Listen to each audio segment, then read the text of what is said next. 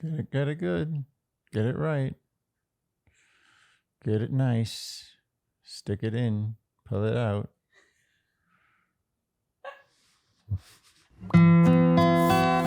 Dear Shandy. Welcome back to another Dear Shandy Bachelorette recap, listeners. Hello, Andy. Hello. How are you today? Doing okay. Doing okay? Even Feeling though a little fatigued. Yes. A lot of TV. That was a lot of TV. That brings me back to like Love is Blind days, watching that many hours of TV for one recap. Yeah. Frankly, It's a lot. we have a lot to discuss. Shall we get right into it? Let's do it. No housekeeping that you can think of? Merch is coming soon. Merch is coming very soon, very soon, very soon. Merch is coming very soon, and you'll like it. soon. Oh. I don't know. I hope they do. Let's just get going. Okay, so we pick up in Hawaii. Hawaii. Well, Andy, I have a bone to pick. you have a bone to pick. Yeah. Go. So Pick the bone. So if she's going to call Melbourne, why is Hawaii, Hawaii? You're right. You're right. Molly Mesnick is flown to Hawaii to chat with Jenn. I was like, ooh. Yeah. They must have really bonded on that group date. Because, Yeah. Molly Mesnick is sort of like old school. She's from a past generation. I think a lot of people don't know who she is, probably a lot of current watchers. Yeah. And I think that they must have really been reminded of her magic. She's got great expressions, I've got to say, on that group date in Seattle, because for them to fly her all the way to Hawaii and not, someone more recent, which I think is more likely, or a Golden Bachelor lady. I That's agree. another popular Yeah, choice. yeah. Molly asks about the guys, and when Jenn lists them, she says Marcus, Devin, and Jonathon. Our first clue. Not that we needed it. This was the usual recap of the relationships. Nothing really to note here, except that I think Molly is particularly great at this. And meanwhile, we see Devin and Jesse playing golf together. This is a new thing for the host chat. Yeah. Kind of an upgrade. Yeah, it's nice. Like whacking some balls. Yes. I like whacking balls. Yeah, you were actually talking about that recently with, who was that with? Was it a Bachelor guy? Yeah, I was talking about that with Dean. Oh, yes. Oh, it was a Love Fest. Yeah. Love Fest coming out very shortly. Yes. Little teaser there. Devin has his overnight date. They take a helicopter ride, and in her ITM, Jenn says that she's close to being in love with Devin. Just a few inches. Wouldn't that be amazing? Actually, it's possible it really was just a few inches. Well, that was what my joke was. But thank you. Thank you for explaining for those who didn't get it. The Pete Davidson thing coming full circle. We'll get there. Okay, there's a cute moment. I thought this was super cute, where they're in the helicopter together and they're biting each other. Yeah, it's cute. He's kissing her hand and then turns into him biting her knuckle, and then she's biting his shirt on his shoulder. This is all cute. I thought that showed quite some intimacy, personally. To me, that's like, then when it becomes like play like that, like silly play. Yeah, but also when you want to eat somebody. Yes. That shows you really, really like them. Agreed. They chat. He says it's the real world that makes him happy, and he wants to bring her into that. And he says the extraordinary thing he wants is a normal family life. So he wants to get back to work, eventually buy a house, have kids. He's really... It's a contrast, basically, to, we're on these elaborate dates, but I really want to just like have a home. Yeah. And I feel like this is our first hint that Devin is really struggling in this environment. Mm-hmm. Everyone starts to unravel at some point. I think some people handle it better than others. But I think part of Devin's unraveling throughout these two episodes is, of course, it's like he wants to make sure Jenn reciprocates things. But I think it's also like, I'm having a really hard time here. So if you're not in with me, like I'm out. Like, it's not just like, I don't need to be on TV. Yeah. I'm starting to get that feeling too. Yeah. And I mean, I can only relate slightly because I never went all the way to hometowns, but I remember that was why I left. I mean, it was a big reason why I left. You just get so sick of it. Like, it's hard to understand when you're on your sofa. Yeah, you're just like, let's leave. Yeah. We're done. I'm done with this. It's, it's like? It's like being on a first date forever. Like a first date, you got your moves, right? Yeah. And, even if it goes well, there comes a point in the night where you're like, I don't want to overstay my welcome. Totally. Like, I've done well. Like, it's enough. It's like 2 a.m.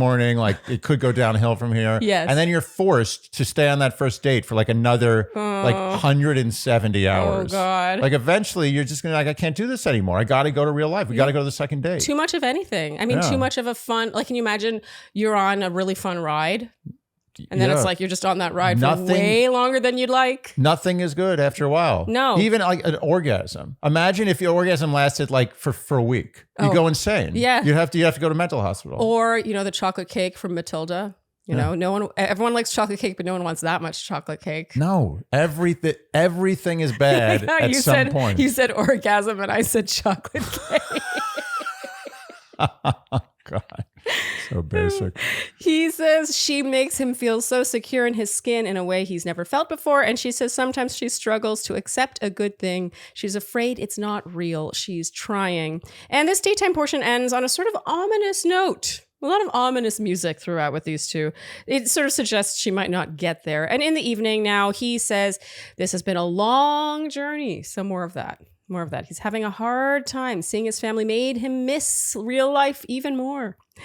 She's worth sticking it out for, though. He asks her what she means about not recognizing a good thing.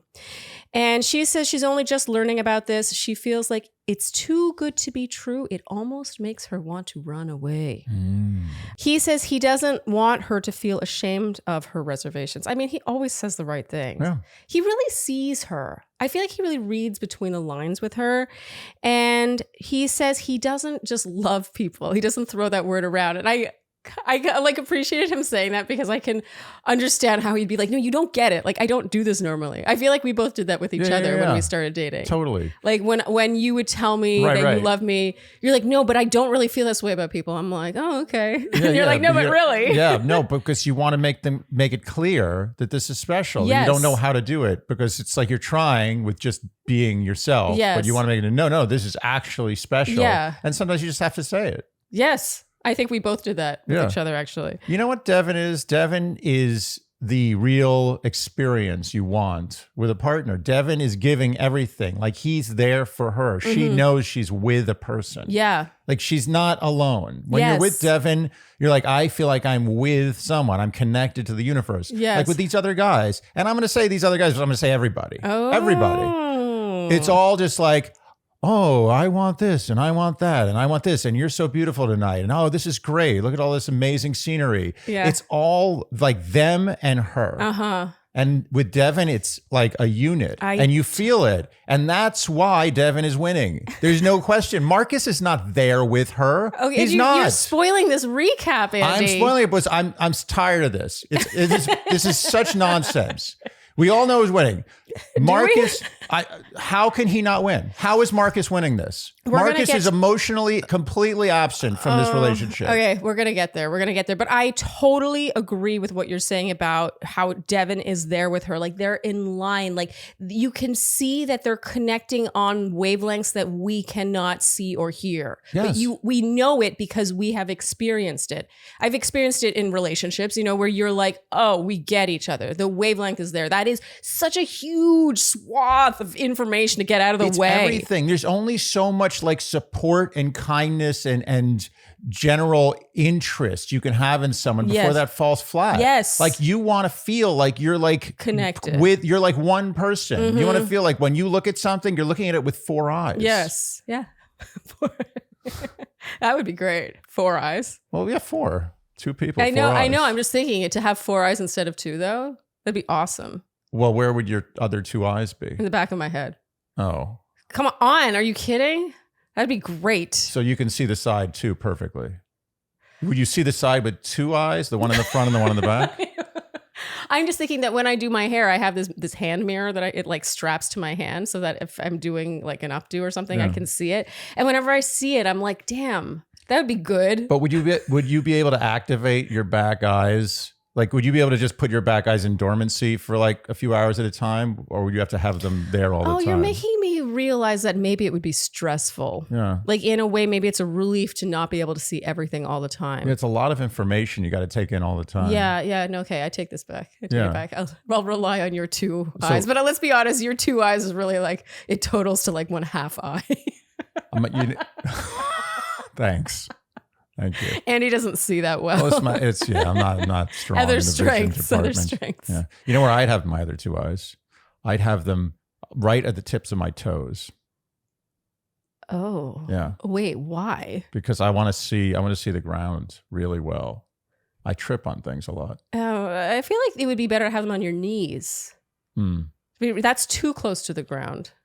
Yeah, but I don't care about them. If they get injured, it's over. I don't care. They don't mean that much to me. This one got weird.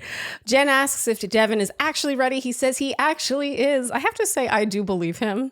And she says she can't tell him how much he means to her, but in general, she is beaming around him. We have to observe that.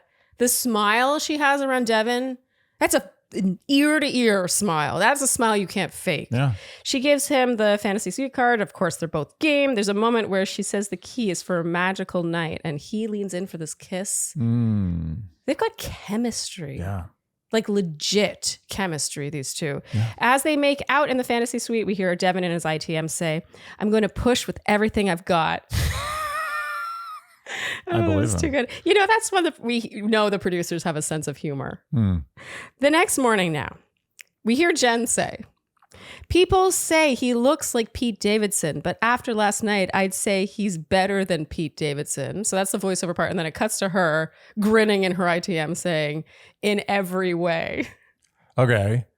So, I mean, there's only one explanation for this. We know that Jenn always loves the sexual innuendo. Yes. So we know this is a penis joke. Yes. And if that's the case, we know, and I'm sure Jenn knows, that Pete Davidson is famous for that particular he is famous part of for his that, body. right? Is he actually famous for it? Because I have heard that because I know someone who knows someone who has slept with Pete Davidson. Okay, but I also just know people who know stuff about just pop culture, and everyone seems to know that. That's a thing. I don't need to know someone who actually saw it. Okay. Like, it's a thing. Saw it. Yeah, it's a thing. People are like, yeah, that's a thing about him. Oh, wow. And so if she said that, it's a pretty bold statement. Like, basically, the guy has like an elephant dong, is what she's saying. Wow. I mean, I don't know, a literal elephant. How else dong. are we supposed to take this? I don't know. I just didn't realize it was like common knowledge like that. Yeah, well, I think it is. Anyway, my point is that either it's that she's saying he's better than the famously good in bed person, or he's bigger than the famously bigger person. Either way, it's an incredibly bold statement. Yes, and I suppose a compliment. Because ordinarily that statement would be if the guy she's talking about that he looked like was known for a very small or a very weak skill. So, you know. We agreed their chemistry suggests he gave her a good time. Oh, yeah. This once again ends with a somber tone, though. Like he is starting to have a really hard time not hearing the L word back.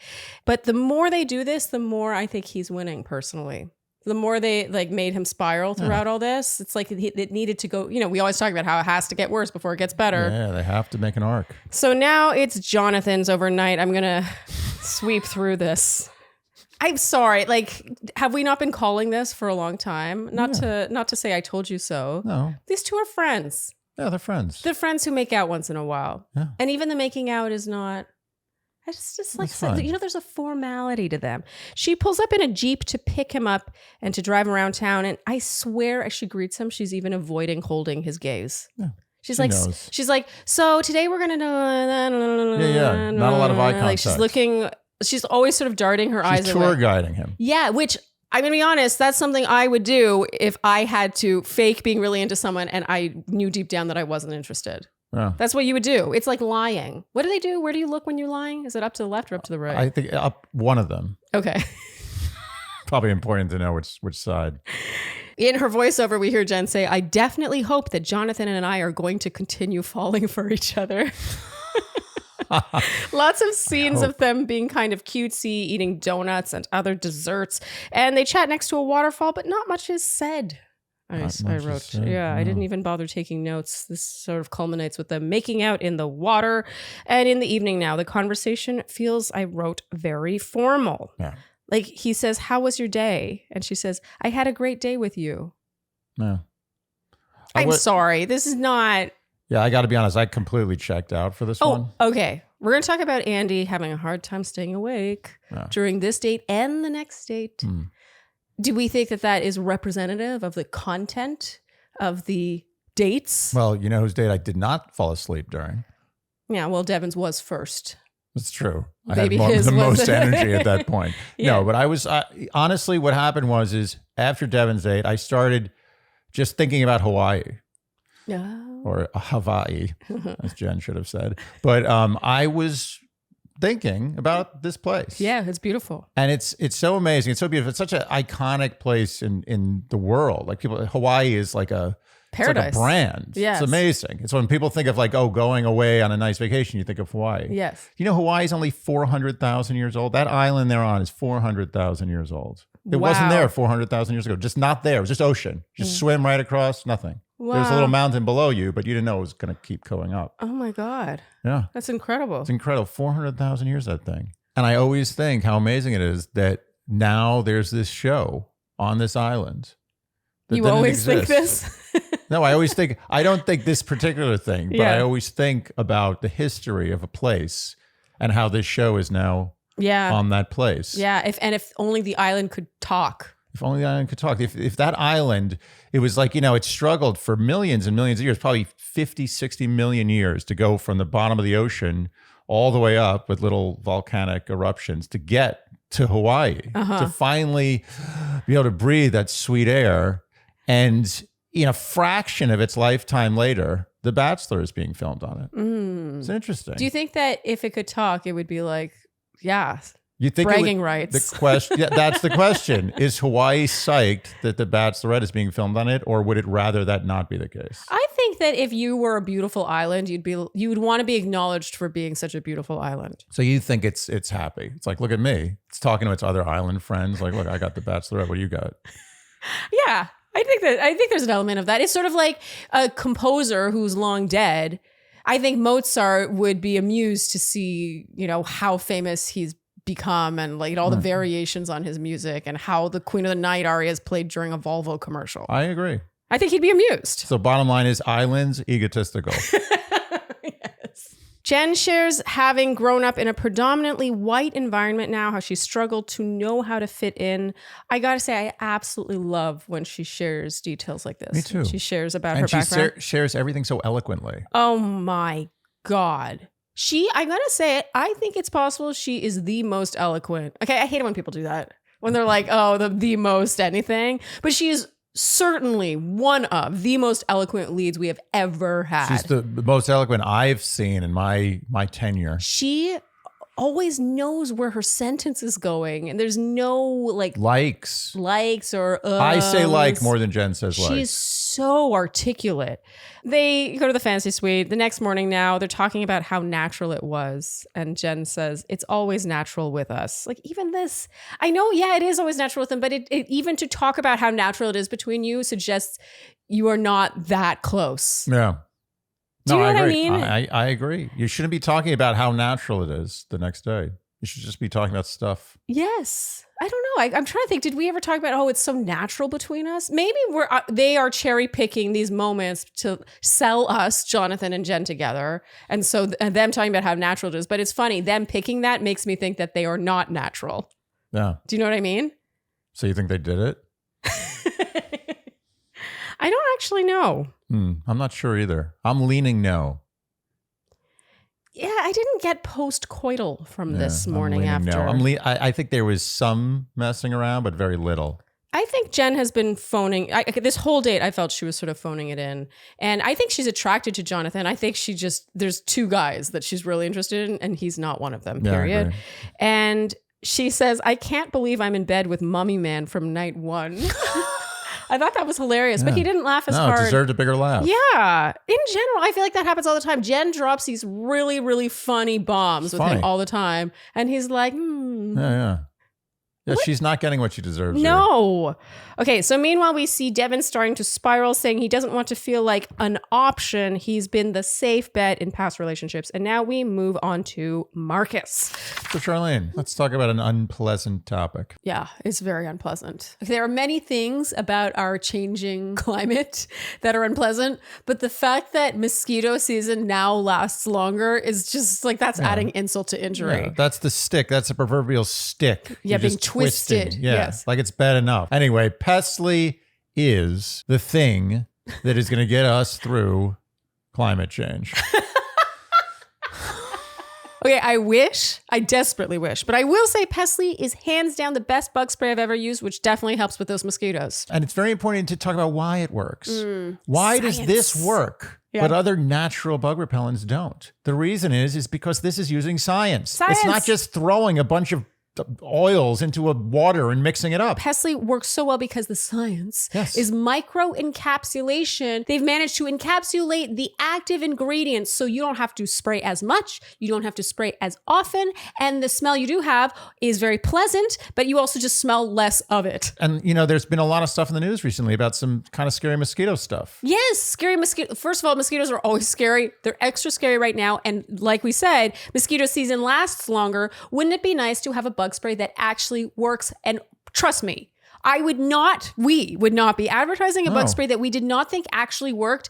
I certainly, when we started this podcast, wasn't like, oh, can't wait to advertise a bug spray one day. But Pestily came across the Dear Shandy desk and blew our minds. You shake it really well, you spritz it lightly, and I can count on not even one hand the number of mosquito bites I've gotten this whole summer. And normally I'm the person that they come after. I'm that friend you want around. Yeah, I like to have you around. Now I don't have you around, but I still have this. And the fact that it's all natural, I know there's a lot of all natural bug sprays, but this truly has only 4 ingredients. We don't have kids, but if we did, I would feel way better about spraying them with this than with something with DEET in it, which is so questionable. It's dermatologist tested, it's hypoallergenic, and it's alcohol free. It is such a no-brainer. And I gotta say, you gotta trust a company that only makes one product. They only make bug spray. And for our New Yorkers, it is also carried at Pop-Up Grocer. Pop-up.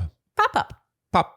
Pop. Up. In case you want to spray it. IRL. Feel the spray. So protect yourself and your loved ones this season with all natural, safe, and science-backed Pestily. Go to pestily.co and use code Shandy to get 40% off plus free shipping on all U.S. orders. Again, that's Pestily, PESTLY.co, and use code Shandy for a whopping 40% off. Pestily, the better bug spray. And now we move on to Marcus.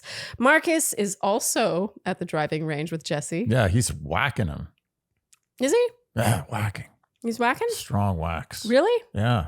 You thought you didn't think that he was whacking them pretty hard? I will admit, I don't know anything about form with golf. Like I don't know. It's just like, was that a loud thwack? Was that person's thwack louder than the other person's thwack? I can tell you right now that Marcus is really, he's hitting him. Really? Yeah. Do you think he's a good golfer? I don't know what I'm talking about. Okay. Looked to me like he was hitting them pretty hard. Yeah. And Devin too. Really? Yeah. Really just smashing those balls. You don't know what you're talking about. I'm not kidding. It looked like hard hits. He openly admits Jenn is further ahead than him, and he has spent years running away from love. And Jesse asks, what do you need to hear or see from Jenn that would help you? And Marcus says, I'm sorry. I'm going to preface this by saying I didn't love this answer, even though I know what he meant. I still didn't love this answer. He says, I want to see what it is that Jenn sees in me and peel back the reasons of why she's chosen me throughout this journey. This is a rare slip. Well, I know what he means. I think Marcus meant this in a self-deprecating, like, I don't know why she cares about me. I don't know why she's chosen me. But it's still about him. It kind of reminds me of Paradise. Who was it? Aaron? Yeah. Aaron, what's his last name? Are you kidding? I don't know. How am I supposed to know that?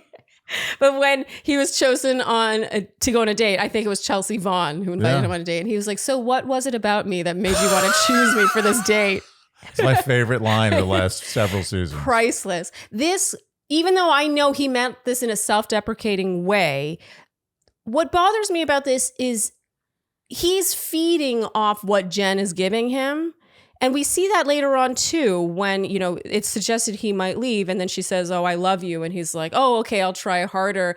It doesn't feel like he is giving her barely a fraction of what she's giving him. Yeah, but that's and even this, it's like, what could she say or do to make you feel better about this relationship? It's like, oh, to hear why she's chosen me. Well, but that's exactly right. It's like he hasn't given her an onion. No. Then he's asking her to peel the layers of an onion, but there's no onion. Yeah. Or there's no peeler. Or the onion's in a case that can't be opened. And you have a peeler, and you just have to look at the onion. You can't peel it. I guess there's not a peeler. No one peels an onion with a peeler. I know. That's a good point. There's no such thing as an onion peeler. But I think that you've got a point in that I don't feel like he's been pulling back Jenn's onion layers. No. The way Devin has, for example? There's been no peeling of onions. No, it's not reciprocal. Trying. She's been trying, but he won't give her the onion. I mean, he doesn't have, I don't know what's in that onion, to be honest with you. It might be a bad onion.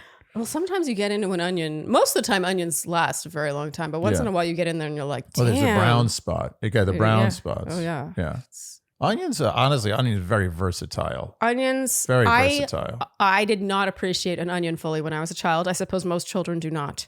I can tell you right now that as every year I get older, I appreciate onions more. I completely agree. And I don't like raw onions. I will not have raw onions in any of my food. It's true. Whenever we order a salad or something and it comes with onion on it, if it's raw, we ask for it, no onions. If it's pickled, it's acceptable. And if it's cooked, it's acceptable. Yeah. But I'm a cooked onion or a pickled. Yeah. Pickled For me, excellent. It's caramelized. It's all about the caramelized. The onion is so versatile. There's so many things. There's so many dishes that would be nothing without an onion. Yes. Like a good tomato sauce. Yes. Like a really good, hearty Italian tomato sauce without onions. What is that? Nothing. Just a bunch of tomatoes mushed. Yes. And garlic.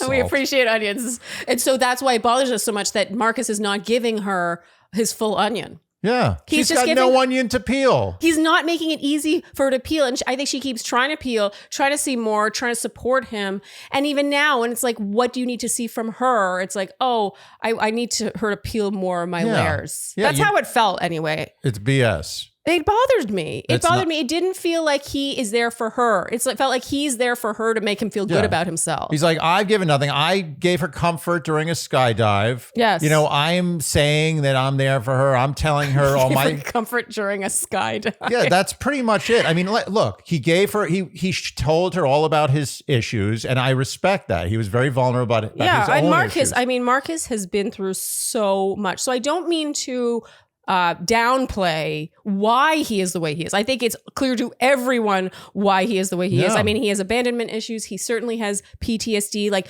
there's so much to unpack there. And so I hope we don't come off sounding like cold-hearted. No. It's more that in a relationship, a romantic relationship, you need someone to meet you where you are. Right. And I feel like she keeps like lifting him up, and he is just like, can you lift me more? Like, how much more can you lift me? That's how it feels. Yeah. He's just not there for her. No. So now Marcus has his overnight. Heading into this, we hear Jenn say that she's in love with him.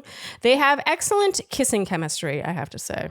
I mean, they have a good makeout. He's got a good face caress. I always talk about the face caress. She says she came to Hawaii when she was 3 years old. This was so crazy. Her dad won a trip on an internet ad. That's nuts. That actually happens? Also, it made me feel really old. The trip was won on an internet ad, and she was 3. Yeah. Ooh, ouch. Am I focusing on the wrong part of this story? All I'm saying is that when I was 3, no one was winning a trip to Hawaii on an internet ad. They wait for the evening now and go swimming with manta rays that light up at night. That was pretty cool. Oh, so cool. I've got to say, the fact that she chose Marcus for this date is very powerful. Oh, you don't agree? I don't know where you're going with this. Well, I just mean that like the once in a lifetime date activity. I'm reminded of Ben Higgins' season. He chose Lauren Van Bushnell to see all the little baby turtles be born in the middle of the night. So you're saying she put a lot of weight on this date. She wanted to don't give the manta ray at night date to the guy that you're about to send home.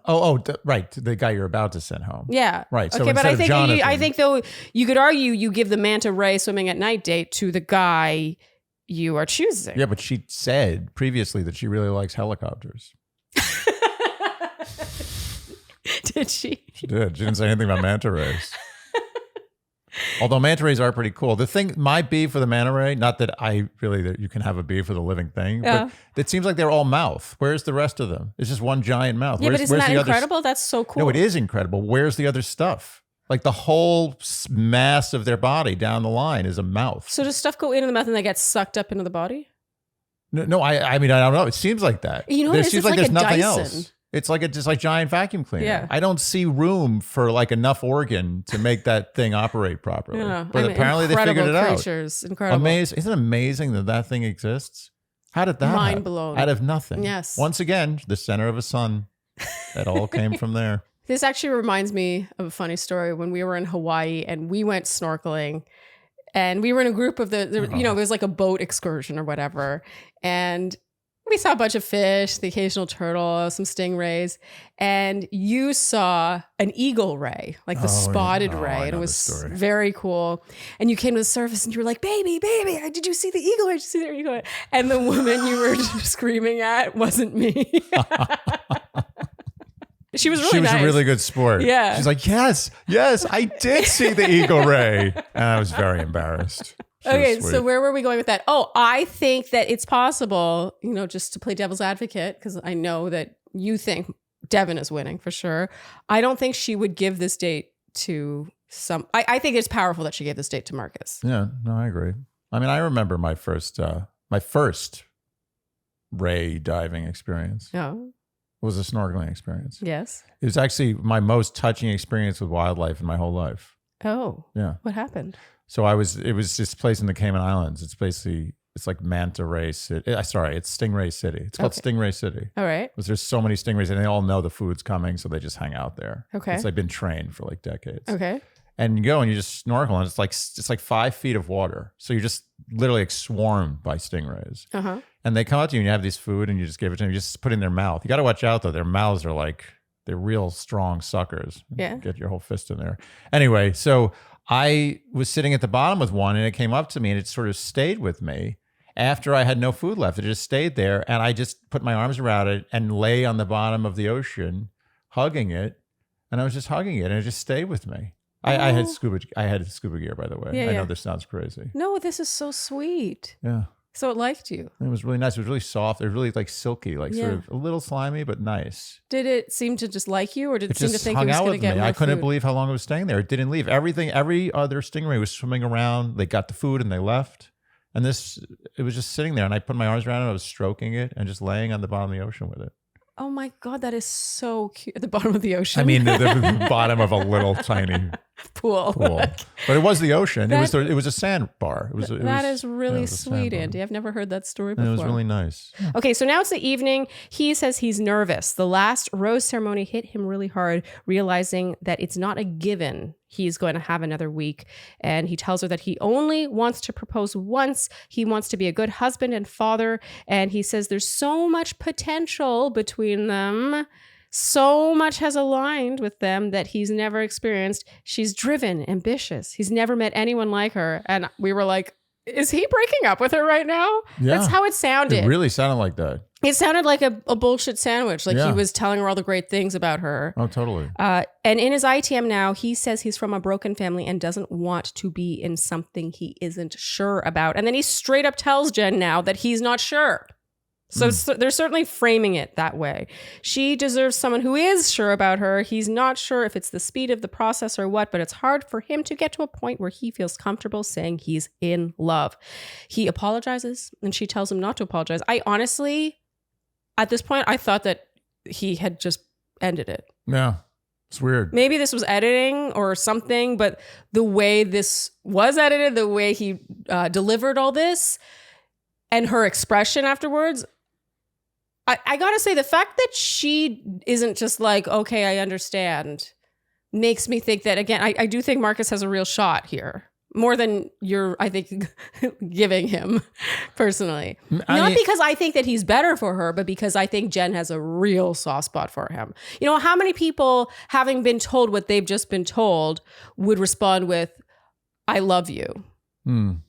Unless they're trying to keep them. Unless they're trying to get them to stay. I mean, I agree. The I love you part throws me a little bit. She says there are many layers to being in love. She says she'd be lying if she didn't tell him that she is in love with him. She has to say this to get it off her chest. She'd be doing herself a disservice if she did not tell him how he felt. And then this turns the whole ship around. This brings him to tears. He says he's trying. He'll keep trying. He says she makes him feel amazing. It means the world to him that she said that. Like, he's still receiving. This is him receiving. It means the world to him that she said that. She makes him feel amazing. What's he doing for her? Yeah. That's the piece I'm missing I agree. here. And what concerns me is Jenn is so giving. It's very obvious that she's very giving. I said early in the season that I feel Jenn is extremely in touch with her feminine. And she is a very nurturing partner. You can tell. I think will be an amazing partner for someone.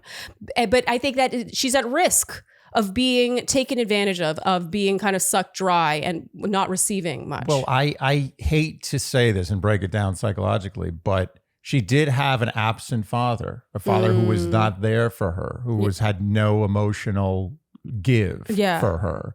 And even though she was able to see it in Sam very clearly in the end. Yeah. I think this is a little more subtle. Yeah. And Marcus is a little more unavailable in a nuanced way. Yes. And I think she's falling for it a little bit. And I think she's attracted to that. And I think that's the last vestige of her issue. If she can just peel this off with Marcus and go for Devin, I think she's cured. Yeah. Cured. Yeah. I feel like that was definitely the theme throughout this week in Hawaii was her recognizing a good thing, appreciating a good thing while she has it and not sabotaging it by thinking it's too good to be true. And it's just so interesting how she's chasing after Marcus and Devin is chasing after her. Right. I'm telling you, that's it. This is it. This is the arc of Jenn. If she can just reject Marcus and take Devin. Well, yeah, but also to say that fixed. She's fixed. Well, there's also the argument that they're not just the same guy in different packages, like obviously she's going to love one more than the other and there's nothing that can be done about that. No, but I think in ways she loves them both equally. The difference is Devin is giving her so much more. Yes, well, he certainly is. He says he's not there yet, but he wouldn't still be sitting there if he didn't think it was possible. I mean, we've been hearing that for a while now from Marcus. That's been kind of Marcus's thing. It's like, well, I'm still here because I see the potential. And in his ITM, he says he didn't know he needed to hear the I love you until he heard it. She gives him the fantasy suite card and he says spending the night would be hugely beneficial. And you loved that. And now it's the next morning. He says the night helped him with the doubts he was having. But Andy, you could not keep your eyes open. No, I tried so hard. Yeah. I really couldn't. You know that feeling when you can, there's nothing you can do. Someone says I'm going to shoot you if you go to sleep. I gotta say, that doesn't happen to me the same way it happens to you. If I know I have to stay awake, there are times where I really want to sleep and I just stay awake because I'm like, well, it's not bedtime yet. And I don't know why I do that to myself. I should just let myself have naps more often. Yeah, just go for it. But it's great. Meanwhile, you're like, well, if I'm standing, if I have a job to do on my feet, I'll stay awake. Yeah. I don't have full on narcolepsy, but if I'm on a couch watching this and I feel that sleep coming on, it's happening. There's nothing going to stop it. You basically are narcoleptic when you're on a sofa. Yes. You don't even have to be that comfortable. I am a sofa narcoleptic. This is true. So what was it about this date then? Because personally, I found this conversation, I don't want to say riveting, but I was really on the edge of my seat because I thought he was breaking up with her and then suddenly he wasn't. And she poured her heart out to him and he received it because he does that. But I don't know. I was really interested. What happened with you? What lost your interest? I just feel that there's nothing here. I feel it's all motions and no substance. Motions, going through the motions. Oh, every single day, the same arrangement. I go out and fight the fight. Still, I always feel the same estrangement. Nothing here is real. Nothing here is right. I've been making shows of trading blows, just hoping no one knows that I've been going through the motions, losing all my drive. Wow. I can't even see if this is really me, and I just want to be alive. What the hell is that?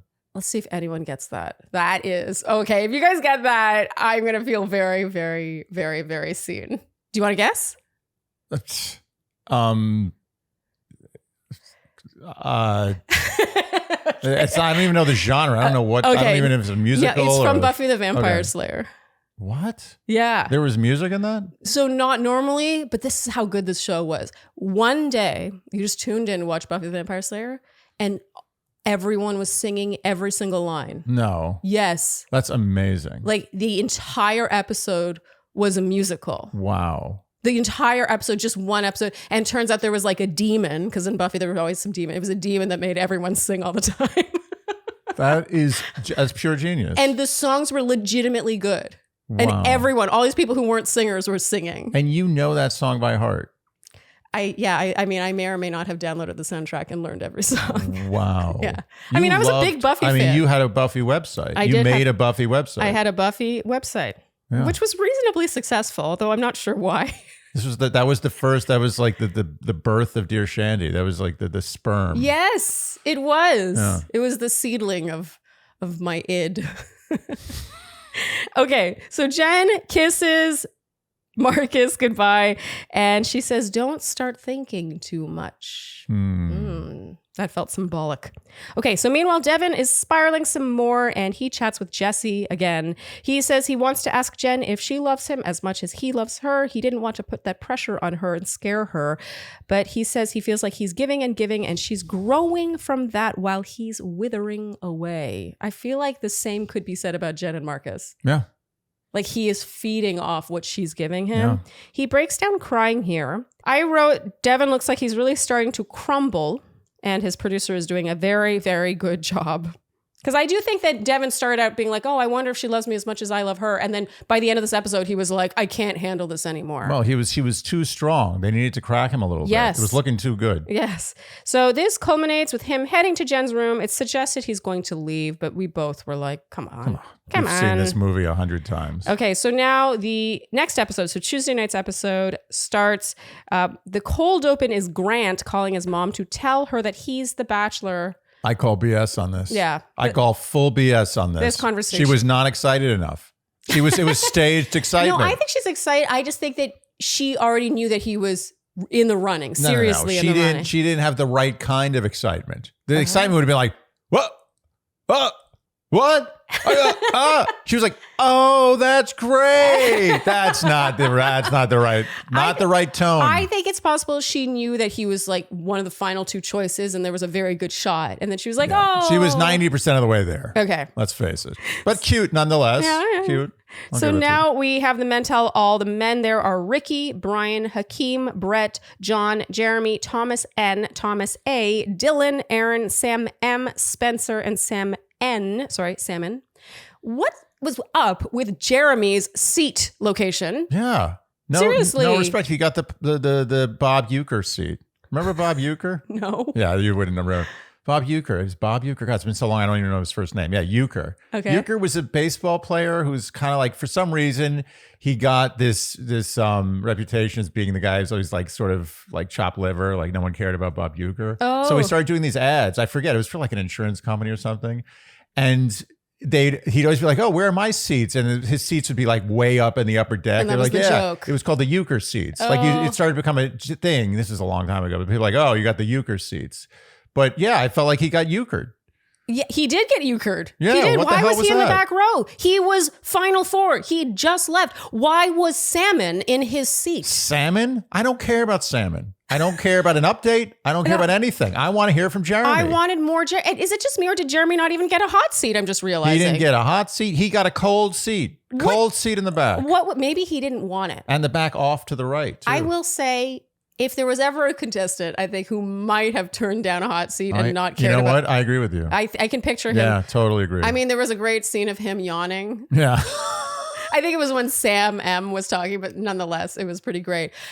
But I don't know. I was offended by the seat location for Jeremy. Yeah. Now, this brings us back to Hawaii. We pick up with Devin going to visit Jenn's room. We both thought he wasn't leaving, and Andy, you guaranteed it. Guaranteed it. You said, I guarantee he's not leaving. I mean, come on. It wasn't like that was Nostradamus level. This never happens. No. They always don't leave. No, it's true. I mean, if we think just last season, Kelsey and always Joey. Always the same thing. Jenn greets him with a huge smile and a hug. He says he's in a weird headspace. He's doubting where her head is at. He has tried to prioritize and not pressure her, but he has been a safe bet in the past, and he feels like he's wanted there but not needed there. And she says she's not as good with words as he is. I beg to differ. No, she is. I think Jenn is amazing with words. No one else is better with words. Yeah, but it is possible that she's not as effusive in her feelings. Oh, I don't know. That's a different kind of word. She wants to do better for him. She apologizes for not reassuring him. And in her ITM, she says she feels bad for not having read Devin the way he always reads her. Mm-hmm. I love this about her. Do you know how many people might be kind of defensive or say, "Oh, well, I told you this," or blah, blah, blah. And she's like, "Oh, I'm so sorry. I haven't done this for you the way you do it for me." I just thought that I feel like they would be good at conflict resolution. Yeah. Personally. She tells him that she doesn't know what she would do if he weren't there. She tells him she does love him. She says, I do love you, you freaking idiot. She says. That was cute. And cue the romantic piano score. So all is good. No. That brings us to our rose ceremony. So Sharleen, we're going away for a long time coming up. Yes, we're going to Ireland in September for almost 2 months. Craziness. Yes. So there's a few doctor's appointments I wanted to get done with before I left. Because I've been sort of dragging my feet on them. Yes. And guess what I did in a matter of 10 minutes yesterday? Oh, ZocDoc. Well, yes. But on ZocDoc, I booked 3 different doctor's appointments. Wow. With my insurance. Wow. One of which was a totally new doctor, because my old doctor moved to somewhere else. And I did it all in less than 10 minutes. Unbelievable. So ZocDoc, in case you're one of those people who's been living under a rock, is basically a search engine for doctors in your area who accept your insurance. You can filter by your results, by whether or not they take your insurance, which is a huge game changer. And talk about a time and money saver. Reviews from other patients like yourself. That's also huge. I mean, why are you looking at reviews to decide what restaurant to go to, but not what doctor you would go to? Oh, and by the way, the ZocDoc platform is big enough that they have a lot of reviews for all the doctors. And then on top of that, this is the what is it? The chef's kiss? The coup de grace, thank you, is the fact that you can book the appointment within ZocDoc. You don't have to pick up the phone. Sometimes these appointments are available within 24 to 72 hours, which is absolutely bonkers. And I mean, case in point, Andy, you made 3 appointments in 10 minutes. Yeah, and one of them is tomorrow. So ZocDoc is the free app and website where you can find highly rated in-network doctors, choose the right one for your needs, and instantly book appointments with them online. We're talking in-network appointments with over 100,000 healthcare providers across every specialty. From mental health to dental health, eye care to skincare, and much more. Plus, ZocDoc appointments happen fast. Typically between 24 to 72 hours, and you can even score same-day appointments. So stop putting off those doctor's appointments and go to ZocDoc.com/Shandy to find and instantly book a top-rated doctor today. That's ZocDoc.com/Shandy, ZocDoc.com/Shandy. That brings us to our rose ceremony. Going into this, Andy, you pointed out that the only voiceover or ITM footage we were shown heading into the rose ceremony was Jonathon's. Yeah, they weren't even hiding it. Yeah. They're just like, he's going home, so let's give you his swan song.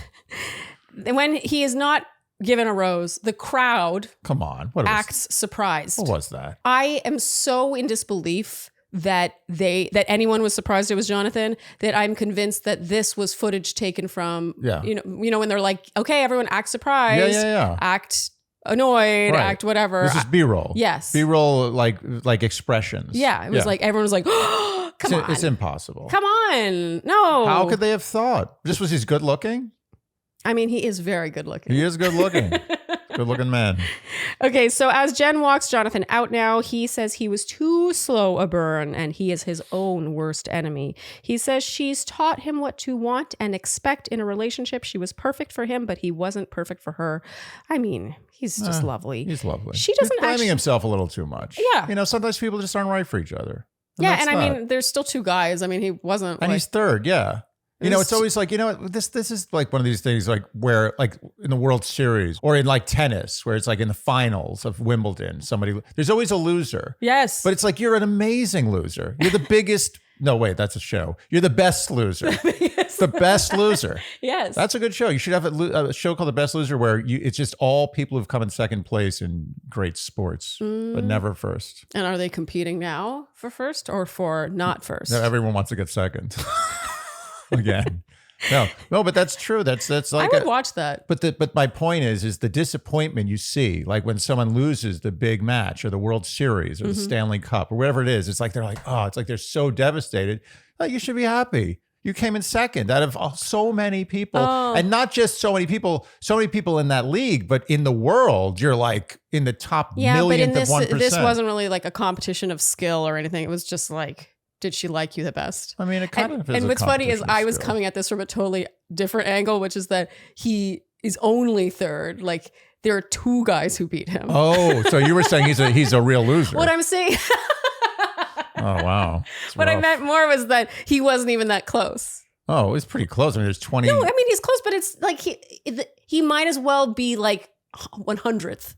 Like, what's the difference? There's 2 guys ahead of him. Right. If there's 1 guy ahead of you, then you're really close. If someone said, I was in a group of 25 men competing for 1 woman and I ended up third, I'd be pretty psyched. I think the thing about that is, like, I've had people say that to me about the first impression rose, But in my, like when I got the first impression rose, I was just like, oh, I'm what he likes. But it's like, and the next guy might not give me the first impression rose. You know what I mean?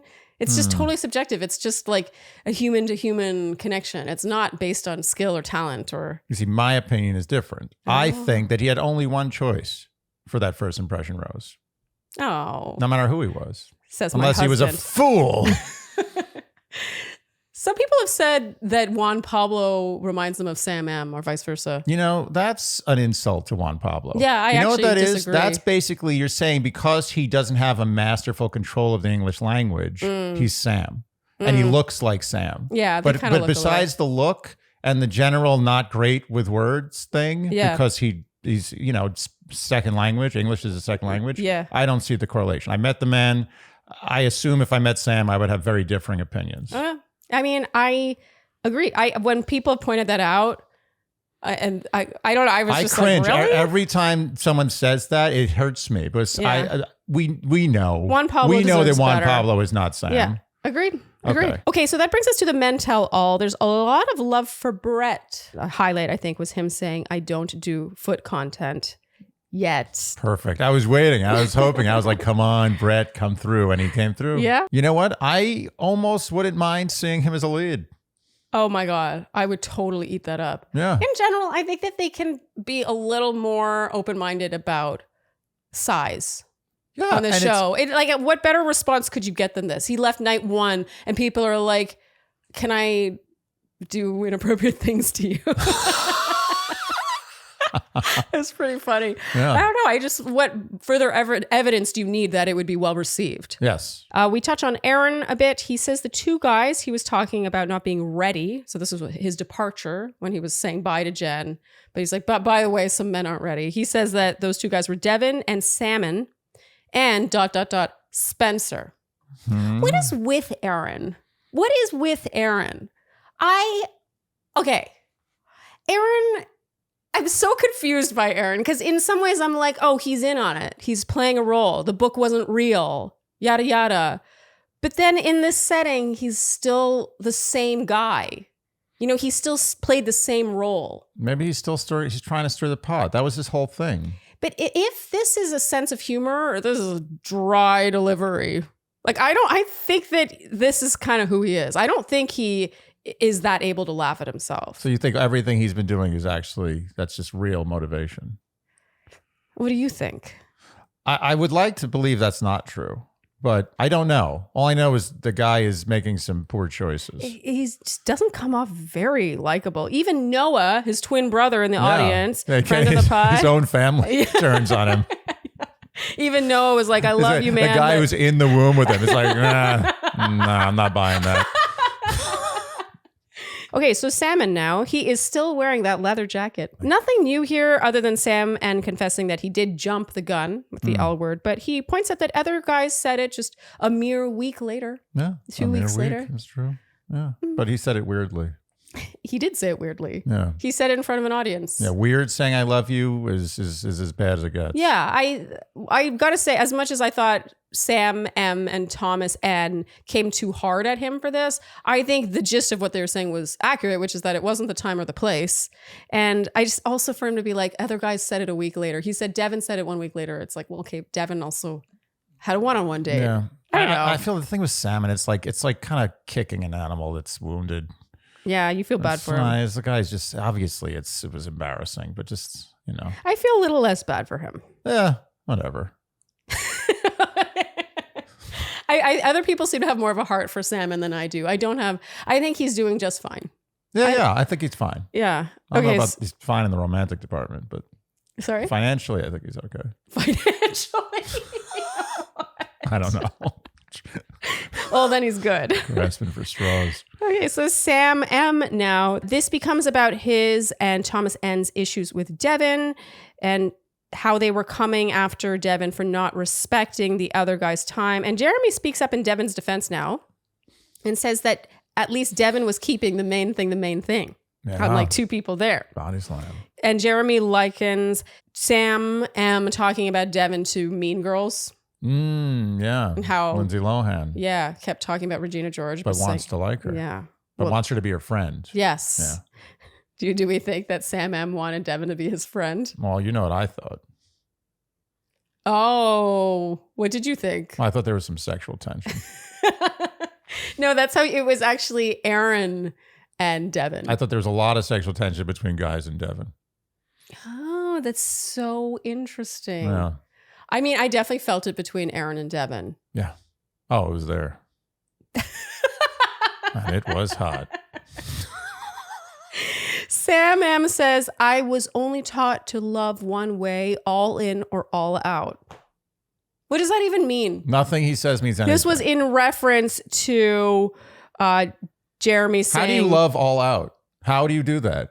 Nothing he says makes any sense. It didn't make sense. How do you love all out? I'm going to love you all out. How do I do that? Yeah, and also the context was, do we think Sam kept the main thing? And Jeremy said, if Devin was the main thing, it's like the subject was Devin being the main thing. And then Sam's like, I was taught to love one way. Like maybe this was edited out of order and what he said was in response to something else. It just truly made zero sense. So now Sam M is in the hot seat. He admits it's tough to watch his recap back. He tried to put stuff into words, but just couldn't. You know what? This is where Sam suddenly starts becoming a sympathetic character. Yes, I agree. And I will say, I got to give credit where credit's due. I agree. He did as good a job in this men tell all as possible. I completely agree. And this is not coming from people who are Team Sam M, by the way. I think we've been very critical of Sam M, rightfully so. Yeah. I mean, he has done a lot of, very easy to criticize things. You know what? He's on Bachelor Nation death row. He is. Yeah, he's up there with the worst. He's like the top 10 most wanted. And you have to give someone credit for going back into the den of the lions. Yeah. And he didn't double down. Well, you know what? The thing about this is, look, let's be honest. He clearly was going in for damage control. Yes. Sam was not going in to be Sam again. No. He was like, I need to fix this. I did a bad. Yes. I did a bad thing. I'm getting a chance now to make my image a little better. Yes. And I'm going to do it. And even with that said, a lot of guys come in to do damage control, or women, and they screw it up. Yes. Or they make it worse. Yes. Clearly, I think Sam has some anger issues. I don't think we fully saw them on the show, but I think he has the capability of becoming very enraged. And the fact that he was being clowned on by so many people during this Men Tell All and not ever cracking, never losing his temper, never like his heart rate. True. Honestly, I got to give him credit. Me too. He's shown in this Men Tell All, and shining for him is not a very bright light. But he was there. Relatively speaking, this was a good Sam. Yeah, I agree. And I actually think he was telling the honest to God truth when he said he tried to put stuff into words that he just couldn't. And that's the part where I felt bad. I felt bad too. Like this guy clearly, look, for whatever reason, he can't string together sentences as well as other people. And I'm not, no offense. This is just life. And to put him in this place makes him automatically look bad because, first of all, when you can't articulate what you want to say, you turn more animalistic. Yes. It's a natural default, because you're like, I can't communicate in words, so I'm going to communicate in some other thing. Totally. And he was kind of forced into that. Or with lips. With smooth fists or whatever. But the point is that he was put in a place that he shouldn't be. Yeah. And agreed. I don't know what the real Sam is. I'm thinking that the real Sam is a little in the middle, maybe leaning towards the not great Sam from what we saw. I don't know. Yeah. Maybe right in the middle between. I think he's extremely self-involved. He's very self-involved. He's definitely got major flaws, but I think he may be a little better than we saw on the show. And I think what you're seeing here is the fact that he has the ability to, number one, know his faults, know his weaknesses, and be restrained in a situation where a lot of people, including myself, would have gotten pretty pissed off. I agree. Totally. That many people coming after you. Yeah. He really didn't defend him. He didn't retaliate. He never defended himself. Yeah, he just kind of said, I'm either love in, all in or out. He sort of came with some catchphrases, but none of it was like really full throated. He does defend against having called Jen's energy dull. All right. Saying that actually when she came into that final conversation, she had a look in her eyes and he always, relied on her eyes, blah, blah, blah. I'll give him that. I'll give him that because, again, poor choice of word, but maybe the intent strength. was there. We know that is not his strength. Yeah. Jeremy now makes a dig about him having thought it would be Daisy or Maria. And Sam says that none of them knew beforehand. And if anyone says they didn't think it might be Daisy or Maria, they're lying. I mean, I got to give him this is a little bit of a mic drop moment. Like, I got to give it to him. But then he goes too far. He went too far. This is what Sam M does. He says that actually he had told his family that he didn't see it working out with Daisy or Maria. And then, of course, it's like 2 steps ahead. Like, why didn't you think 2 steps ahead? The guys are like, then why did you go? Right. Yeah, he stepped in it. He goes too far. He stepped in it. He should have said that thing. Yeah. Got up from the couch and left. Yeah. But he went too far. But it's okay. He says he just is not good with the words. He's not. He says he knows his delivery needs work. He's learning from his mistakes. And look, I am not absolving him of anything. His behavior on the show is terrible. Mm-hmm.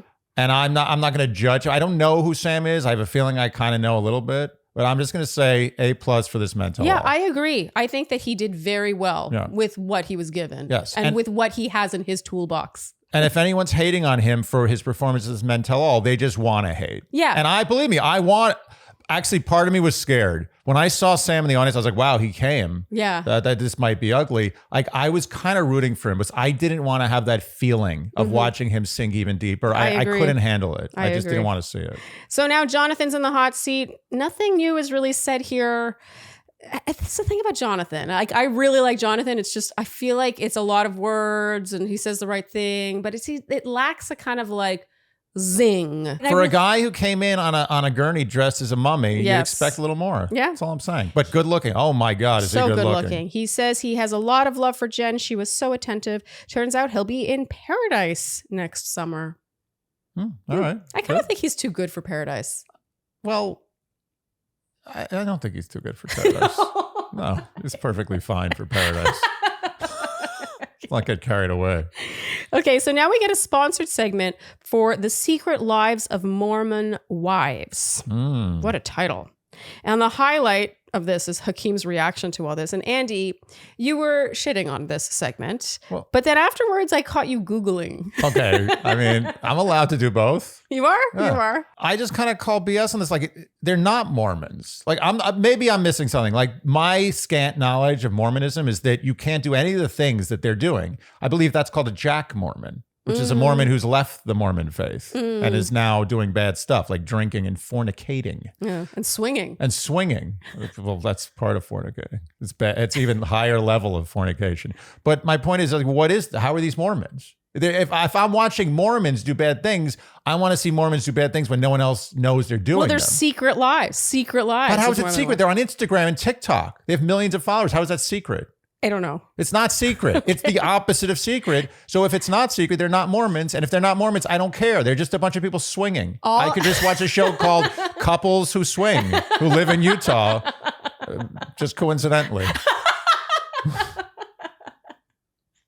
All I was saying is that the segment worked. We're talking about it and you were Googling it. That's true. You might have been shitting on it, but you were interested. I was interested. Okay, so now Grant comes out. Grant. Yeah. Tall glass of water. He has a very tall glass of water. He's so handsome. He's so handsome, so nice. You know what, Grant? Grant is just a nice guy. You know what, Grant? I was thinking of Grant last night. Yeah? Yes, I was. Yes? No, but I was thinking about who he is. You know how you never know who someone is from TV? You never know. Yeah. I was thinking, is there no dark side here? Because I feel like this is a guy who may have no dark side. But then I thought to myself, there's got to be. There's always some dark side, right? And I hope to see some of it. And I don't mean that in a bad way. I want to see it because I want to see that there's more to him than just an unbelievably nice, handsome, sweet guy. Yeah. I actually think that what Grant really has going for him, other than his perfect package, is his the fact that he really does legitimately seem ready. Like, for example, Jonathon. I think a lot of people, and ourselves included, thought there was a very good chance Jonathon could have been the Bachelor for this season. Oh, yeah, easy. Like, I think Jonathon has the look. Maybe he doesn't have the height. I don't know how much that matters. I think it might have mattered a lot. Yeah. Because clearly they didn't offer it to Jonathon and he turned it down because he took Paradise real fast. Yeah. I just feel like Jonathon, it's complicated. He's got these walls. He's short. No, he's I'm telling you, that's what it was. Well, he's your height. They had a choice, Grant or Jonathon. Height. That's how short he is. Yeah, well, I'm in Bachelorland. I'm basically like, I don't exist. So you got a 6'5" guy versus a 5'11" guy, and they're both nice, good looking, like they're similar packages. but you got 7 inches of at least height. Possibly more. Yeah, I think that with Jonathon, it was just more complicated with his trust issues, his walls. Like, they don't like that. They don't want that with a bachelor. I mean, Grant is the squeakiest clean bachelor I've seen in a long time. Andy, you had a problem with the signs in the audience. You said, I'm tired of that. They should let them make their own signs. Enough. We've grown up. There should be a craft room. When the audience walks in, it's like, do you want to make a sign? Come over here to the craft area and you can make your own sign. Yeah. And then it would be cool to see what people came up with. And then they could vet them. They could see, let's see what we made. This isn't inappropriate. No, this is not funny. Yes. This is dumb. And then you get real signs because everyone knows these signs were pre-made. Yes. I do not appreciate that. No, I don't like It's an insult to my intelligence. I gotta say, I do find it so cute how Grant's voice cracks once in a while. Oh, it's the best. Isn't it so cute? It just adds to the mystique. Yes. Or the lack of mystique or something. I don't know. The guy is so nice. I want a Grant. Yeah. Can I have a Grant? I want my own I want to have Grant just be, anytime I want to, I'd be like, I want to hang out with Grant. Be like, he just magically appears. AG1, taking your vitamins is now kind of fun. AG1 gets a lot of jingles, I gotta say. You know, it's a huge part of our lives now. I feel like we actually sing our AG1 jingles around the house, even when we're not taking our AG1, honestly. Oh yeah, I sing it all the time, almost every day. Yeah, but we do take our AG1. Is gonna make your day bright. AG1, don't put up a fight. That's a classic. Yes. So AG1 is our comprehensive daily nutrition. We truly do. And I really mean this. We truly take our AG1 every single morning, rain or shine, whether we're home or on the road. We never miss it. Thankfully, because of those convenient, handy dandy travel packs. Yeah. Like, we're planning a huge trip soon. We're going to be gone for almost 2 months, and we're stocking up on our travel packs so that we do not miss a day. Because let me tell you, especially when you travel, like you need what AG1 provides. Oh yeah, or else the train doesn't leave the station, so to speak. We feel a difference when we do not take our AG1, which means that we feel a difference when we do take our AG1. It gives us more energy. It's all of our vitamins, minerals, nutrients, whole food sourced ingredients, and pre and probiotics, plus other goodies, all in one beverage. You just mix it with water in the morning, and on top of being such a time saver, and the fact that you don't have to just stand around popping all these different vitamins and pills and things, you already start the day feeling like you made a good choice for yourself and your health. You've accomplished something. Yes. It's like making your bed, brushing your teeth, getting dressed. It fits into our routine like that. I don't miss my AG1 like I don't miss brushing my teeth. Meaning I don't not do it. I think we all got what you meant. So start with AG1. It's a great first step to investing in your health. Try AG1 and get a free bottle of vitamin D3K2 plus 5 free travel packs with your first purchase when you go to drinkag1.com/dearshandy. That's a $48 value for free if you go to drinkag1.com/dearshandy. Okay, so Jenn finally arrives. The usual cordial exchanges with each Jonathon and Salmon.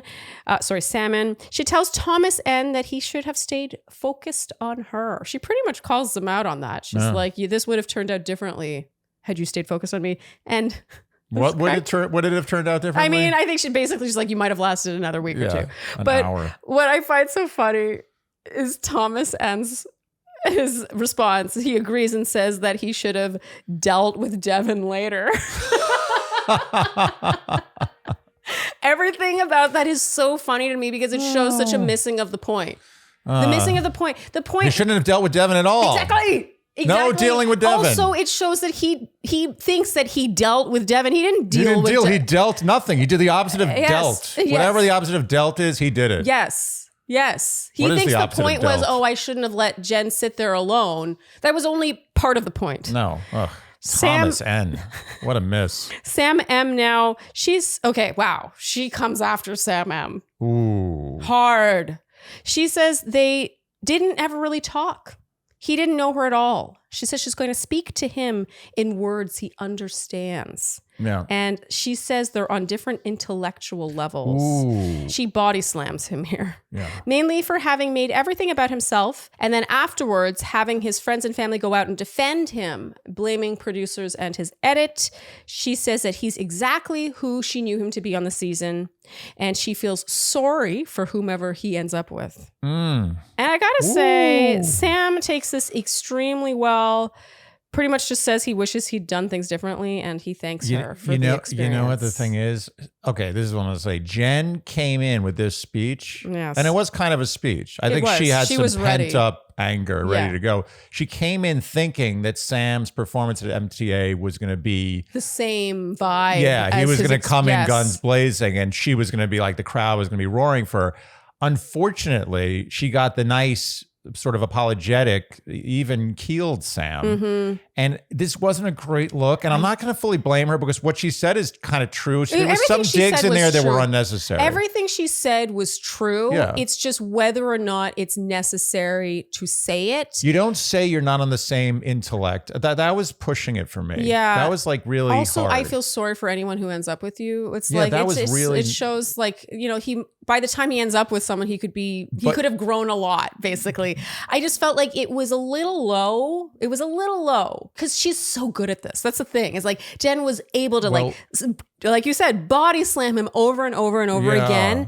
And it's not the first one was fine. The first body slam was fine. She didn't have to repeat the slamming. Well, the thing is that it shows to me that Jenn, it shows two things. One is there probably was fire where there was smoke with Sam. Like he probably did really get under her skin in a way that was really terrible. Yeah. Like she clearly does not lose her cool. And she kind of lost her. She was like, this was a Jenn I had not seen. Yeah. A vindictive Jenn. Yes, and vindictive. I could only imagine that the reason this was brought out in her, and remember, she's in front of a big audience, millions of people watching this. It's not like she's just talking to her girlfriends. Yeah. Like she knows the stakes are high. He must have been very bad. And she must have really been hurt by him and really felt that she needed to warn other people about him. And I'm not saying she's 100% right or Sam's a terrible person. But I'm saying is this came from a real place. She was not grandstanding here. This came from a real place. She was saying things that she really felt. Yeah. And she felt like she needed to get a little bit of revenge here. I think she felt like she was had by him. And I respect that. I just think based on how Sam came into this with his guns completely holstered. Yeah. It wasn't a great look. And I felt bad for Sam. It was the only slight, and I got to say, such a slight miss. It reminded me a little bit of Katie Thurston's season when she came into Men Tell All and was still shitting on Thomas. Yeah. And by then you're like, but he never really did that. Like, and in that case, that was so different because Thomas literally never did anything wrong. I'll tell you something. You know what? I never forgot that. And I never will. Yeah, it sort of like showed a slight missing of like not quite reading the situation, like the present moment situation. It felt like it was really still based in his performance on the season. And I think that people can learn a lot from watching themselves on TV, even if the thing that they learn is that they're really, really even worse with their words than they thought. Yeah. That still just shows some reflection. It's the only thing she's done all season where I'm like, it was just a little too harsh. It was a little 10% too harsh. I think when you are the lead, especially after the fact, I think that you need to almost act presidential. Yes. Like you need to occupy the office. You have to be like, I am not vindictive. When they go low, you go high. Yeah, you have to just be like, I understand he's got his issues. Yeah. I did not appreciate some of the things. I think there's room for improvement. That whole speech. You got to do that. Otherwise, you just look small, and you need to be big. You're the president. Yeah. You are, for lack of a better word, you're the executive of this show. Yeah. I'm going to say this for you in words that you can understand. I got to be honest. If I wanted to get back at Sam, if I really hated Sam to the point where I wanted him to burn, this was as good as it got. Yeah. Like she delivered exactly the red meat you wanted, but I just wasn't quite hungering for that meal. Yeah. And I will give him credit. Like he didn't retaliate. He thanked her. I mean, he was like, did he get coached? Like, did someone say to him, Sam? Does it really matter? It doesn't matter. Yeah. He did it. He executed. Yeah. Whatever. Good for him. Yeah. All right. We'll never see him again. Except on Perfect Match. But we won't see him. No, someone else will see him on Perfect Match. Wrong network. Maybe he'll be on Paradise. I can picture him coming out. He can't be on Perfect Match. Yeah. Yeah, you're right. Netflix. You're right. Yeah, maybe Paradise. He really is Perfect Match material. Yeah, he won't do Paradise. He knows better. But yeah, all in all, everything we have to reiterate, everything she said was true. Oh, and honestly, as I said before, if I wanted Sam to suffer, this was chef's kiss material. Yes. She did not Michelin miss one starred. beat. It was perfection. And part of me likes it. I'm like torn. Because part of me is like, yes. Yeah. And part of me is like, ooh. Yeah. And somewhere in the middle. I just felt it like you said, it past that inflection point where he started to become a sympathetic character. Exactly. She just crested above sympathetic, barely. Then it came below again. Totally. Okay, so now Jesse brings up how Jenn is the first American Asian Bachelorette, and this segment really spoke to me. She talks about how growing up, Asian characters were always in supporting roles. She brings up how Vietnamese culture is rooted in patriarchy and how her dad had all the say and her mother didn't have a voice, and she doesn't want that for herself. And she says the response has been overwhelmingly positive and she's felt the Vietnamese community come alive. It's been a healing experience for her. I gotta say, even her delivery of this, it was so good. And not a single like in the house. Yeah, and also just the meaning behind what she was saying here. You felt like she really came to be proud of who she is and why she is the way she is. And I gotta say, when she was first announced as Bachelorette, and it was like, it's shot o'clock. I'm looking for a guy with a really big very low personality. Expectations. I felt like what I was missing actually was the references to her culture. It's sort of like, okay, well, we have our first Asian American Bachelorette, and it's like, and it's not, I'm not saying that the Asian American Bachelorette can't say it's shot o'clock. I just felt like she could be anyone. Like I just was sort of looking for the flavor that is her. But it's also the growth. We saw her grow on this show. By the end of the show, she has more confidence. She has the confidence to be like, I'm just going to talk about how meaningful this is. I don't have to talk about shot o'clock anymore. I'm done with that. Totally. I don't have to date guys like Sam anymore. Yeah. Honestly, I think The Bachelor might have been the best thing that ever happened to Jenn. I completely agree. I feel like we watched her come into her own. She became so strong throughout this season. It's like some people are broken and some people are made. Yes. Like she took it. Totally. She learned at every turn. It was like a computer. Yes. Like an AI. She was like, is so bright. Yeah. Smart. She is ridiculously smart. You can see it.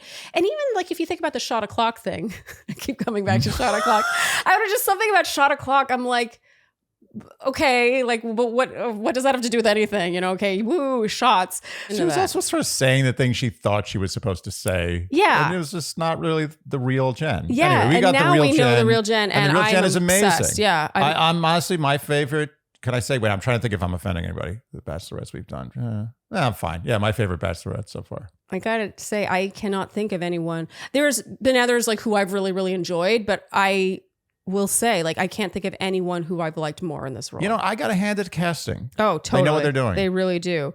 Now, Jenn says that her mother probably would have preferred it if she hadn't become Bachelorette. And it's been difficult for her mother to watch because, there's a lot of intimate moments shown on screen. And she says they've had hard conversations, but she's happy she was able to be her authentic self and show that you can embody a blend of both cultures. I mean, this is good stuff. I just loved her. She's great. I'm sad now that she's not Bachelorette anymore. Or soon to be not Bachelorette. I want to be friends with Jenn. Yeah, she's amazing. You listening to me, Jenn? You want to be friends with this guy? Huh? Friends? Okay, now we see Charity and Jonathon. Yay, friends of the pod. Not much to speak of here, except that they're getting another trip to Greece. Yeah. That's amazing. This about? I don't know. I guess he got the flu. He was really sick. Yeah, they felt bad. He got the flu. Now they're getting another trip to Greece. I mean, good for them. Yeah. Making out like bandits. Yeah. Okay, now the bloopers. These were great. I good always bloopers. Just want more. They've upped the blooper game. Hakeem says it's like a tug of war that I'm playing with myself. And Jenn certainly has an affinity for nicknames for the guys, like D-Dog really cute. For Devin. She calls Jonathon when she's trying to find him during Marco Polo, my little medium. That's great. And she calls Jeremy Jer-Bear. That was funny. The ITM where someone vomits nearby. Was that an actual person vomiting? I think so. Why so would they it wasn't someone making a joke like he said something? Then it's not funny. No, I think it was an actual person. It was such perfect timing. It was incredible. Too, right? And Jonathon farting during the rose ceremony. This is a real ripper. Was well edited too. Yeah. The music stopping. I assume that this is an ongoing thing where Jonathon farts at rose ceremonies. Yeah. Yeah. That's a good, honestly, why don't they like show all that credit more? to him. I want to see all of them. Yeah. Maybe some of them were kind of silent and gross, but who knows? Anyway, it was funny. Good for him. In general, I wish they would include more funny moments in the actual show. Because, this is just the tip of the iceberg. Could you imagine? How great would that be? If you got like a voiceover where it's like, yeah, and tonight is the night. I really don't know if Jen and I's relationship has made it as far as it needs to go. Are you telling me you wouldn't like every single person more? It would be amazing. Yes, but it's a big risk. It's a family show. I don't know if some people would take that. Come on, it's a fart. Farts are funny. Farts are always funny. I've always said the day you stop finding farts funny is the day you should call it quits. And now Hakeem. And spiders. We get a recap of the spider scene in Australia. And now they bring out, this is so cruel. They bring out the world's largest spider. Well, I mean, it's tarantula. It's a very friendly spider. Wait, why? It said world's largest. You don't think it is the world's largest spider? Yeah. It's actually, I'm not sure the orb, there's an orb weaver that might be in length bigger, but that's just getting technical. The tarantula is by weight. You thought that this was a lie? I thought that they sourced the world's largest spider. No, it is by weight the largest spider in the world. That was a tarantula. Yeah, but you're saying like it's any tarantula. I thought that they sourced the largest tarantula. It's probably, it's the largest tarantula. Yeah, there are smaller tarantulas. I'm just saying that the tarantula is sweet. People have tarantulas as pets. This was so mean. It was really mean. He had no choice but to do it. It was really mean. And he was like, why am I doing this? Before it was for you. Like, I have no reason to do this now. And they peer pressured him. Yeah. Poor Hakeem. And he's become the butt of a joke, but in the best way. Yes. And he'll be in paradise as well. Yeah, that's the jokes on everybody else. Yeah. Okay. So, Andy, that brings us to your A game. We're all done. Jenn. I agree. Hands down. Yeah. Even though she came at Sam an ounce harder than we but it's the whole picture. Deserved. It's not even that he didn't deserve it. It's more that he did deserve it. Yeah, he did. He didn't deserve it in that setting. Yeah, exactly. Yeah. So it is what it is. But other than that, she was flawless. Jenn is flawless. Flawless. For the whole A game for the season too, and that she beats out Devin, who had strong game. Totally. Agreed. Okay, so now fashion. I'm going to mainly focus on evening wear because there were a lot of casual looks and this is a long recap. So in the evening of Devin's overnight, she's wearing a white asymmetric one-strap dress with a cutout. Her hair is half up, half down as usual. Dangly, diamondy earrings and a pearl hair claw. No. This dress, a lot of these, I like the idea of a dress. It's just, I think the styling... The dress is not enough on its own to make the outfit, and so the styling is necessary. And I felt that happened with this look personally. The dress could have been really cool with a power pony. Power pony. I'm such a broken record. In the evening of Jonathon's date, she's wearing a bright green mini dress with a silver sort of crystal rope neck detail. Her hair is down. It absolutely should have been up. In possibly a power pony, maybe an updo, maybe a bun. I think a bun would have been great. I did not love this dress personally. Do you like buns? Yes, I do like buns. So you can't lie about that. I cannot lie. All right. I do love me some buns. All right. I love buns of all sorts. Buns are always good. Name a bun that's not good. No, there's Go ahead. A bao bun, great. Every single bun is good. A hamburger bun is good. Yeah, people's buns, obviously. Buns are hilarious. Buns, like human buns are just, how funny is that? Oh, it's amazing. But a butt, it's the best thing ever. It's the best. And sometimes I'm just massaging Ruby's butt. And it's the most hilarious thing in the world. Ruby has a cute butt. You have a cute butt. I live in a house of cute butts. It's buns. Buns, yeah. Mm-hmm. Buns are great. Yes. You name, if Shandy's want to come up with a bun that's not good, tell us. We're open. Even the word bun. Bun. Then when they thought of the word, it was a happy word. It was a positive word. You can't say bun in a bad way. Yeah. You can't say, get that bun out of here. Okay. But so this green dress, I personally didn't love. It just looked not expensive. Did I say that? I didn't want to say cheap. It just didn't look expensive. I think not expensive sounds worse than cheap. I think you just say cheap. Oh, you think so? Yeah, not expensive sounds like you're trying to be above cheap when it actually is just the word you want to use. Okay, now in Marcus in the evening, she is wearing a satin 2-piece red dress. I want to like this set. And I do like things about this set. But again, I felt like with her hair just down, this needed styling. This is, again, 2 pieces that could have been really elevated with styling to look expensive, and without the styling, it looked like she was trying it on at the mall. Yeah. But I wanted to like this. This was close for me. Okay, and now at the rose ceremony, she's wearing a tangerine plunge halter dress with 2 slits, a sort of flowy silhouette. Her hair is down. While I liked this color, and I think she always looks gorgeous, I found this entirely forgettable. Yeah, I agree. And you know what else? I have decided late in life that I do not like tangerines. They are the bastard of the citrus family. Really? Don't care for them. What about at Christmas time? Don't like them. When they're in season, they can be good. Even the best, ripest, most beautiful tangerine. No, they can't be too ripe. That's the thing about tangerines. You don't want it too ripe. I'm just saying perfect ripeness. Doesn't match up to any other citrus. I'd rather eat a lemon than a good tangerine. I will say, I think tangerines have been going downhill like raspberries. Raspberries are finished. Yeah. They've been going downhill for a while. But you know what's getting better? Kiwis. Oh my God. Kiwis are going through a golden era. Yeah. An actual golden era. A literal golden kiwi. Yeah. Get your kiwis while you can, because it's not going to ever get better than this.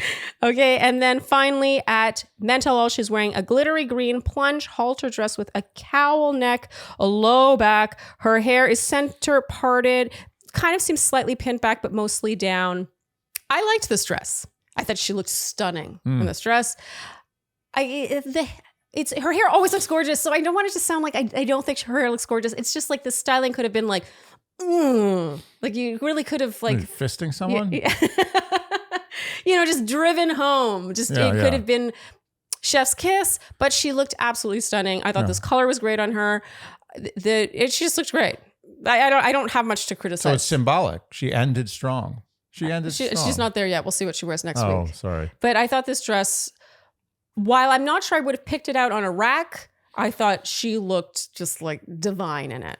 Mm-hmm. Yeah, I agree. I liked it too. Yeah. And that's all I have to say. Okay. So, Andy, that brings us to the word watch. I cannot believe it. I was we were so sad. Very upset. Although this was a victory for grammar. Yes. Grammar won this day. Yes. I don't know how this happened. I don't know how there was not a single mention of this phrase, but it happened and it's good. It's bad for anyone who picked a number, but it's good for the world. So there were 0 Jenn and I's. And how many correct guesses, Andy? 78. And our winner is, I hope I'm saying this right, Gianna Hall. Congratulations. It might be Gina Hall. I think Gianna is the right one. Gianna? Jana? It may be Jana. It may be Gianna, or it may be Jana. Okay. Well, Gianna Hall, please email us by this Friday at midnight to claim your fantastic prize of $200 in Skims products. Good prize. Yes, very great. Oh. And Andy, what is the word for next week? I'm debating between, I usually go finger. Yeah. But I'm thinking knee. They really like knee. Okay. A lot of knees. This is where you get into trouble. You start chasing. I'm chasing. When you chase the word watch, you've been chasing it for a while now, and you end up being wrong. So what do you think, knee or finger? I feel like tradition. I'm going knee. Okay. You want me to go tradition? No, so you're traditionalist no, you do with knee. word watch. No. The word for next week is knee. Okay, sticking to your guns. Yeah. So if you would like to join in the Shandy Word Watch fun and have a chance to win a prize, then you must guess the number of times you predict the word knee, Knee, is uttered in the finale of this season. So next week, you must do so using the numeral of the number of times you expect. Do not write out the word. You must do so by either commenting below this YouTube video or over on the Instagram post for this recap. Do not email us. Do not DM us. This still happens, believe it or not. And if you guess correctly, you will be entered in a draw, and then one name will be plucked, and that person will win. We're going back 2 weeks because our prize is once again $200 to spend at fastgrowingtrees.com. I love this prize. That's right. I love this prize so much. I love trees, and I love their trees in particular. Yes. They make a good tree. They are fantastic. You literally can search on Fast Growing Trees based on your location, so you're only getting results that will thrive where you live. It's so cool. They have an alive and thrive guarantee. A guarantee, and I know why. Because they know their trees are good. Yeah, and it's not just trees; it's houseplants. It's all sorts of. It's flowering, fruiting, all the things. And I'll tell you something. There is nothing more fulfilling and healthy for life. Planting a tree is one of the healthiest things you could do as a human. Oh, it's good for the soul. Fulfilling. Yeah, yes. And trees are amazing. Yes. Trees grow. They grow so. There are trees. Do you know there are trees at ground zero of Hiroshima, right under the nuclear explosion, that are now thriving. They're Amazing. fine. Unbelievable. They're indestructible. They're the dinosaurs of the plant kingdom. Yes. We must respect them. And if you plant one, your life will be better. It's scary. It's mathematical. Yeah. Okay, so you can win a better life. If you win this giveaway, you must, just a reminder, you must be subscribed here on YouTube and following us on Instagram. All right. So finally, Andy, our predictions. Who do we think is winning? We're going to go 1, 2, 3, and then the name. Okay, I have to think about this because honestly, this is hard. Because I know you're going to say Devin. And I want it to be Devin. But I have a hard time with her bringing Marcus to this point. Like, I don't know if she would do that if she didn't really think it could be him. But I also think that choosing Devin will be good for her because I think that choosing Marcus, it will be a difficult experience. I don't think he's ready to be in a relationship. I think he needs to come to love himself first because if he truly loved himself, he wouldn't be focused so much on how much she loves him and what he gets out of it. Do you know what I mean? Right now, he's so focused on like why she chose him. Like she loves him. It makes him feel so good to be loved by her. But it doesn't feel like it's about her and their dynamic. So, okay. So you know what? Okay. I have my answer. You're like, oh, rah, rah, rah. Okay. 1, 2, 3. Devin. Okay. So we both think Devin is winning. Yeah. I want her to pick Devin. I think choosing Devin will be the perfect arc, the overall arc. She had a mini arc with Sam, and to choose the person who loves her as much as she loves them, it's Devin. Well, this is the you know what this is? This is the final exam. She has an A+ through the whole year. Yeah. She's about to take the final exam. Is she going to pass or fail? Fail is Marcus, pass is Devin. I feel bad saying it's a fail to pick Marcus. I just think truly that Marcus is not, he hasn't done the work that she has done. They've bonded over the ways in which they have felt broken. I get that. And I think that's a beautiful thing. Sure. But the difference is she has emerged as like, I am worthy. I deserve this. She might not have even felt that way at the beginning of this season, but she does now. And so she deserves someone who gives her what she knows she deserves. In the end, is Jenn going to pick who Jenn wants or Jenn thinks she wants? Yes. That's the test. Okay. And I think she passes with flying colors. Okay. Yeah. I mean, I do think that Jenn is an A student. Yeah. In life. That's clear. Yes. Okay. And so we both think Marcus is going home. I think Marcus, this experience will be huge for Marcus for growth. Yes. But I think he's still in the growth territory. Definitely. Yeah, personally. Okay. Well, Andy, that is a wrap for this That's very long one. I'm a little tired, hungry. If you enjoyed what you heard today, you know what we will ask of you, and that is to like, subscribe, hit the notification bell, follow us on Instagram, and TikTok, leave us Apple and Spotify podcast ratings and reviews. Tell your friends and generally do all the things you would do to support a podcast you enjoy. Thank you. I was waiting for it. Just 1 minute. She knows she's being summoned. She's like, oh, this again? Ruby. Come on, Ruby. Ruby, you know who you love more. Come on, good girl. Good girl. Yes, good girl. Yes. Come on. Yay. High five. Oh, what? Yeah. Damn it. There's more place to sit over here. Yeah, there is. I mean, look at that face. Look at that face. It's ridiculous. It's absolutely ridiculous. Here, give me. Thank you so much for tuning in, and we'll see you next time on Dear Shandy. Bye-bye.